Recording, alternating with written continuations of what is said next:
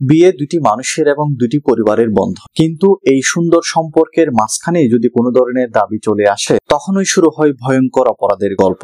আমি অ্যাডভোকেট আব্বাসউদ্দিন রনি।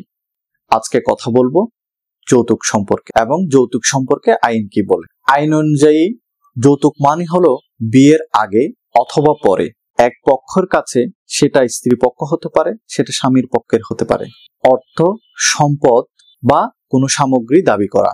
এই দাবি যতই সাধারণ মনে করা হোক না কেন, আইন অনুযায়ী এটি একটি অপরাধ। তবে অবশ্যই মনে রাখবেন, দেনমোহর বা বিবাহের সময় অতিথিদের দেওয়া উপহার যৌতুক হিসেবে গণ্য হবে না। 2018 সালের যৌতুক নিরোধ আইন অনুযায়ী যদি কেউ যৌতুক দাবি করে, দান করে বা গ্রহণ করে, সর্বোচ্চ 5 বছর পর্যন্ত কারাদণ্ড বা 50,000 টাকা অর্থদণ্ড বা উভয় দণ্ডে দণ্ডিত হতে পারে। আর যদি যৌতুকের কারণে কাউকে নির্যাতন করা হয় বা হত্যা করা হয়, তাহলে নারী ও শিশু নির্যাতন দমন আইনের 11 ধারার অধীনে শাস্তি হতে পারে সর্বোচ্চ মৃত্যুদণ্ড পর্যন্ত।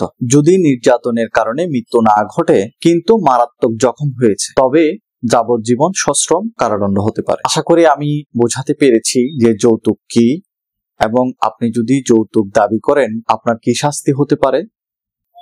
যৌতুকের কারণে যদি কেউ নির্যাতনের শিকার হন অথবা কেউ মৃত্যুবরণ করেন অথবা গুরুতর আঘাত করা হয়, তাহলে সর্বোচ্চ কতটুকু শাস্তি আপনার হতে পারে।